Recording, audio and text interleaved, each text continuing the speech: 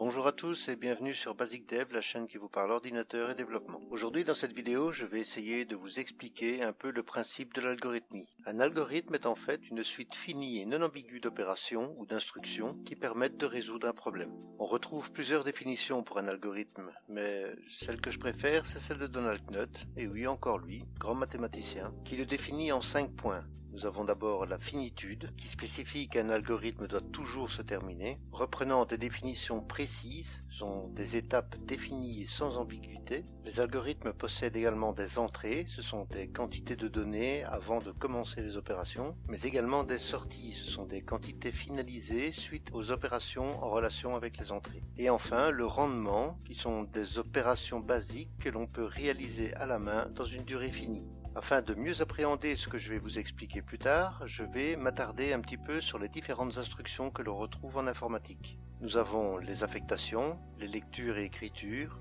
les tests et différentes boucles. Pas de panique, je vais vous expliquer tout ça en quelques mots, vous allez voir, c'est assez simple. Et pour mieux comprendre, je vais vous expliquer brièvement la notion de variable. Alors, une variable, c'est assez simple, c'est un peu comme une boîte. Et cette boîte, nous devons la déclarer, c'est-à-dire lui donner un nom, ce qui permettra plus tard de pouvoir lui affecter des valeurs, c'est-à-dire mettre une donnée quelconque dans cette boîte. Ensuite, nous avons la notion de lecture et d'écriture. C'est un peu comme si vous aviez un livre et que vous commenciez à lire ce qui est écrit, ou tout simplement un bloc-notes et commencez à écrire des informations. Les instructions de test sont très utiles car elles permettent de tester les valeurs que contiennent ces fameuses variables. Donc dans ces boîtes, on peut tester des valeurs comme des égalités, des grandeurs, voire même le résultat de fonctions booléennes, dont je vous ai déjà parlé dans une vidéo précédente sur l'algèbre de Boole. Et enfin les boucles, instructions un peu plus complexes, qui permettent d'exécuter à plusieurs reprises un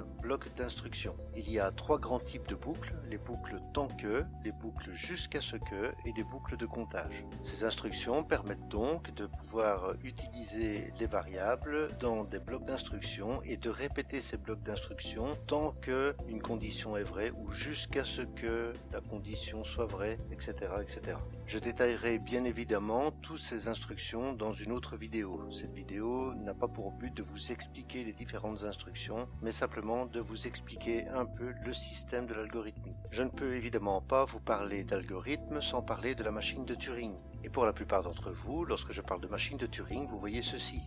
La bombe, imaginée par Alan Turing, c'est une machine qui servait à décrypter une machine allemande appelée Enigma. À ce sujet, si vous ne l'avez pas encore vu, je vous conseille d'aller voir le film The Imitation Game, qui ressasse l'histoire de la création de cette machine durant la guerre. Mais je ne suis pas là pour vous parler de cette machine. Bruce de la chaîne Y Penser a déjà fait une vidéo sur ce sujet, et je vous conseille d'aller la voir si ce n'est pas déjà fait. Mais alors, me direz-vous, de quoi vais-je parler? En fait, il faut savoir qu'une machine de Turing n'est pas une machine concrète. Elle n'est pas fabriquée concrètement avec du matériel. La machine de Turing est purement abstraite, c'est un modèle de pensée, un peu comme le modèle de Schrödinger avec son chat. Il n'a pas réellement mis un chat dans une boîte pour savoir s'il allait mourir ou pas. C'est en fait un modèle de pensée, une manière d'imaginer les choses. Cette machine de Turing, donc, a été imaginée par Alan Turing en 1936 et c'est ce modèle que je vais maintenant vous expliquer pour mieux appréhender ce qu'est un algorithme. Cette machine comprend 4 éléments. Nous avons un ruban qui est de taille infinie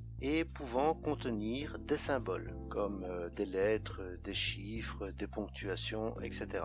Mais il faut savoir que la table des caractères doit obligatoirement contenir le caractère blanc. C'est un caractère spécial qui permet de signifier à la machine qu'à un moment donné sur le ruban, il n'y a rien. Ensuite, nous avons une tête de lecture-écriture. C'est une tête qui permet à un moment donné de lire le caractère qu'il y a sur le ruban ou d'écrire un caractère sur le ruban. Et cette tête peut se déplacer indéfiniment sur le ruban, à gauche comme à droite. Les 2 derniers éléments sont, en premier lieu, le registre d'état, qui est infini. C'est en fait fait un ensemble d'états dans lequel la machine va se trouver à un moment donné. Et dans cette table d'états, il doit obligatoirement y avoir un état de départ. Et enfin, la table d'action qui va permettre de dire à cette machine si elle doit lire, écrire, se déplacer, changer d'état. Voilà ce qu'il en est pour l'introduction. Nous allons maintenant rentrer dans le vif du sujet et nous allons essayer de créer un compteur numérique. Pour ne pas faire trop compliqué, nous allons nous cantonner à faire un compteur binaire. Compteur binaire dont je vous ai déjà parlé dans la première vidéo, qu'est-ce qu'un ordinateur? Et si vous ne l'avez pas vu, je vous conseille d'aller regarder la vidéo. Je vous mettrai un lien spécifique car la vidéo est un peu longue et donc je mettrai un lien qui permettra d'arriver directement dans la partie concernée. Alors, commençons. Les préparatifs. De quoi écrire, un bloc-notes, un stylo et commençons notre compteur binaire. Au départ, le principe est simple. Nous allons d'abord réfléchir à la manière dont le compteur fonctionne. On commence par mettre 0,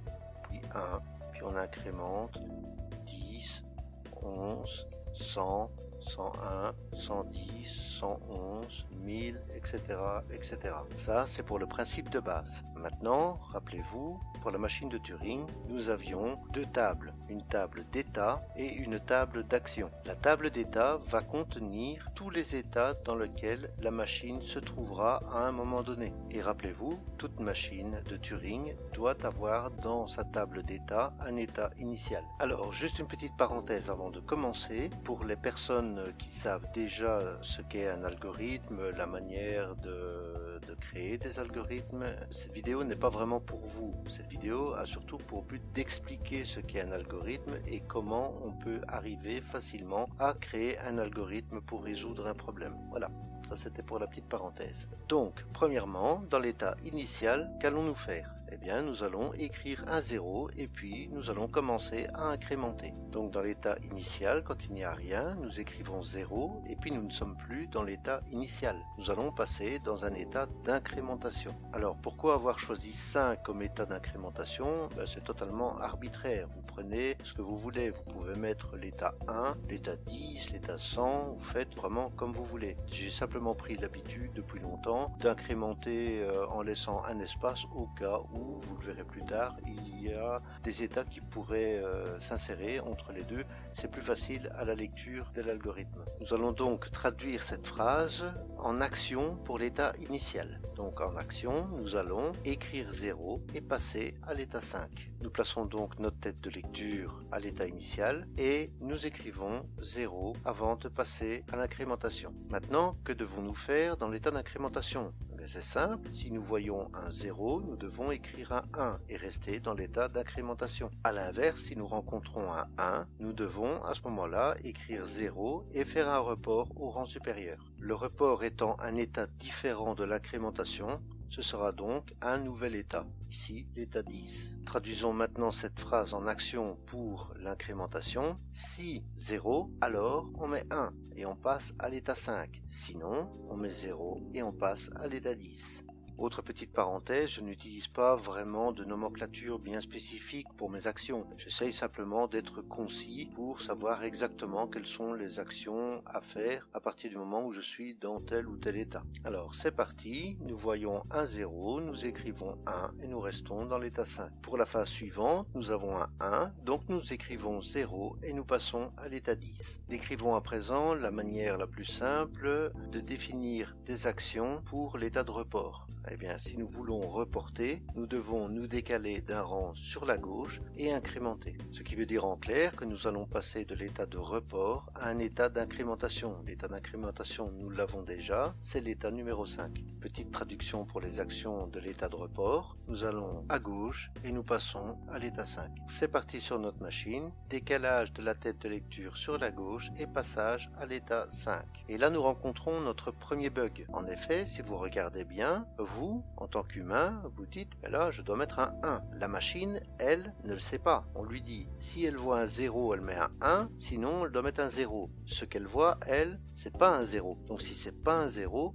elle ne peut pas mettre un 1. Donc, elle va mettre un 0 et passer en état de report. À savoir, elle va mettre 0, décalage de la tête à gauche, et puis, de nouveau, incrémenter. Incrémenter, elle ne verra rien, elle remettra 0 et repassera de nouveau en report et ainsi de suite. Une des solutions, qui n'est pas forcément la plus propre, mais c'est la plus simple pour vous expliquer, c'est de dire à la machine qu'elle doit mettre 1 si elle trouve un 0 ou un vide. Souvenez-vous, vide est un caractère obligatoire de la table des caractères. À partir de maintenant, la machine va se comporter comme voulu, elle va donc placer un 1 et rester en état d'incrémentation. Là de nouveau, nous avons un problème. Nous sommes en état d'incrémentation parce que nous avons terminé de faire le report. Malheureusement, la tête de lecture n'est pas bien placée. Quand nous allons incrémenter de 1, c'est à la première position que nous devons nous trouver. Or ici, ce n'est pas le cas. Ce que va faire la machine, elle va voir qu'il y a un 1, elle va donc incrémenter, mettre un 0 et faire un report. Ensuite, elle va de nouveau être dans la même position, elle va avoir un 1, elle va donc mettre un 0 et faire un report. Et comme ça, indéfiniment. Le problème ici est donc qu'après une incrémentation, que ce soit une incrémentation simple ou l'incrémentation due à un report, c'est que nous ne sommes pas retournés au début. C'est-à-dire qu'après une incrémentation quelle qu'elle soit, il faut obligatoirement retourner au début quand nous passons de 0 à 1. Car en effet, si nous passons de 1 à 0, il y a un report, donc nous devons continuer la logique normalement. Mais quand nous passons de 0 à 1, l'incrémentation est terminée. Et donc nous devons passer en incrémentation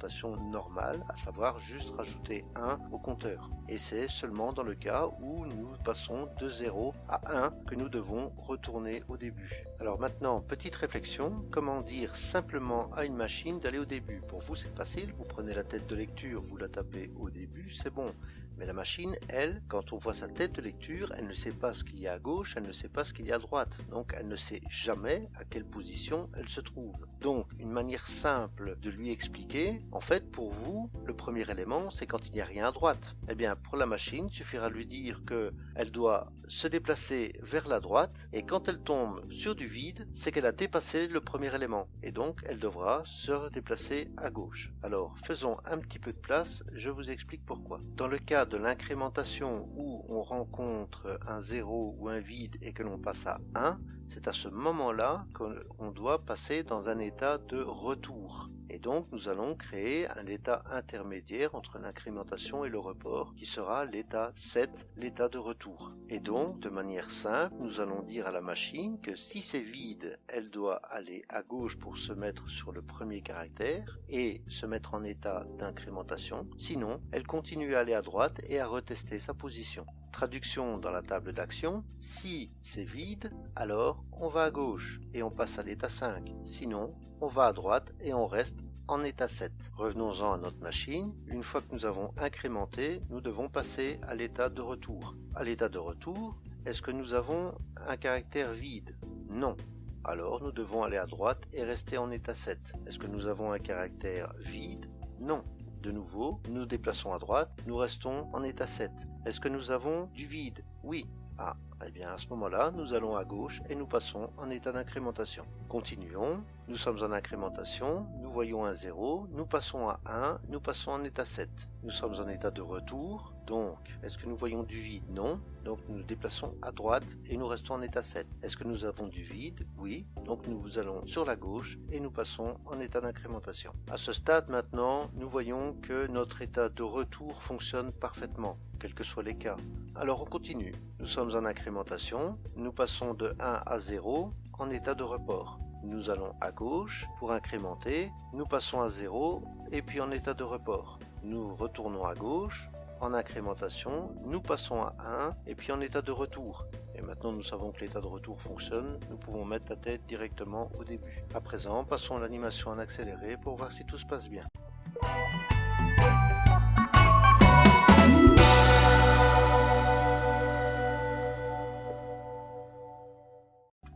Voilà, apparemment tout s'est bien passé, mais maintenant, si vous vous souvenez, au début, je vous ai dit qu'un algorithme devait avoir une finitude, à savoir qu'à un moment donné, notre algorithme devait s'arrêter. Pour ce faire, il y a différentes méthodes. On peut par exemple reprendre la table des caractères, ou nous avons le vide, le 0, le 1 et l'étoile. Et par exemple, prendre l'étoile comme caractère pour spécifier à l'algorithme que c'est à cet endroit qu'il doit s'arrêter. Voyons à présent comment modifier l'algorithme pour qu'il puisse s'arrêter lorsqu'il rencontre une étoile. Nous voyons que c'est lors de l'incrémentation qu'il vérifie sur quel caractère il tombe pour savoir s'il doit incrémenter ou non. Et donc, nous pouvons modifier la ligne en disant que s'il rencontre 0 vide, il met un 1, s'il voit un 1, il met un 0, et s'il voit une étoile, il s'arrête. On peut lui dire il s'arrête là, ou alors on le fait passer à un état 100, ou 1, ou 1000, qui serait l'état final, peu importe. Une autre manière de faire consisterait par exemple à définir le nombre de caractères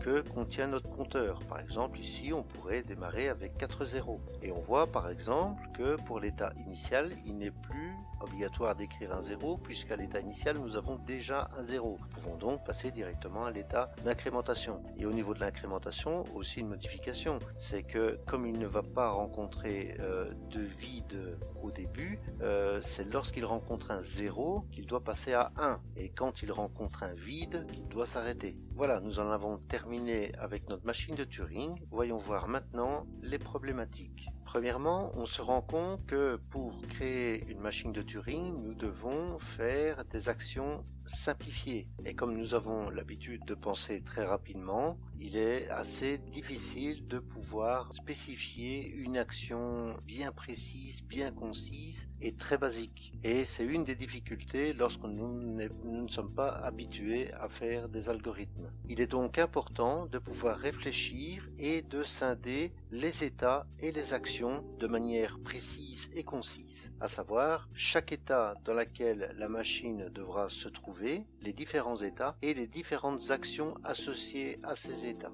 Deuxième difficulté et non des moindres, c'est sur l'instruction si alors sinon. Le problème venant du fait que sinon reprendra tous les cas qui n'ont pas été traités dans le si, à savoir tous les cas dont vous n'avez pas besoin, y compris les cas auxquels vous n'auriez pas pensé. Si il rencontre un cas, alors il doit faire ça, sinon dans tous les autres cas, il fera le reste, même s'il ne doit pas le faire. Si nous reprenons les actions de l'état d'incrémentation, nous voyons que ça commence à être vraiment complexe. Or, nous avons vu au tout début que les actions doivent être vraiment le plus simple possible. Je vais donc vous montrer comment décomposer ce type d'instruction. Par exemple, dans notre cas, que se passerait-il si notre machine ne rencontrait ni un 0, ni un vide, ni un 1? Rien n'est spécifié. Que va faire la machine? Ça, c'est un problème. Si on reste dans la logique machine, on voit que ici, elle ne doit faire aucune action, elle ne doit pas changer d'état, ce qui veut dire qu'au cycle suivant, elle va refaire les mêmes tests et n'aboutira à rien, et donc elle va tourner dans le vide, tout simplement. Comment allons-nous décomposer ça? Eh bien, il suffit tout simplement de reprendre, par exemple, le point 5, donc l'état numéro 5, en disant « c'est une incrémentation quand on trouve un 0 ». Et donc, l'action sera, si c'est un 0, alors on met 1 et on passe à l'état 7, sinon on passe à l'état 8. Et pour rappel, l'état 7, c'est l'état de retour, où on vérifie si on est vide, on doit aller à gauche, sinon on continue à aller à droite, etc. Qu'allons-nous trouver dans l'état 8? Eh bien, nous allons définir une incrémentation quand nous trouvons un 1. À savoir, si on trouve un 1, alors on met 0 et on passe à l'état 10, sinon on passe à l'état 9. Et pour rappel, l'état 10, c'est l'état de report, donc on va à gauche et on passe en incrémentation. Et enfin, pour l'état numéro 9, nous allons simplement vérifier s'il est vide. Et là, il faut vraiment faire attention aux imprévus. Nous pouvons par exemple mettre si c'est vide, alors c'est fini. Sinon, on passe à un état 11 quelconque, un état qui pourrait par exemple terminer la machine et celle-ci pourrait nous renvoyer un message d'erreur en disant voilà, j'arrive pas à le traiter. Ça peut être également une manière de dire que le problème que la machine essaye de régler est insoluble. Enfin bon, soit tout dépend du problème bien évidemment. Voilà qui termine cette vidéo, j'espère que ça vous aura plu. Si vous avez des questions, surtout n'hésitez pas, mettez-les en commentaire, je répondrai. Partagez, likez, faites monter mes statistiques, ce serait bien sympa. Merci à vous et à bientôt pour une prochaine vidéo.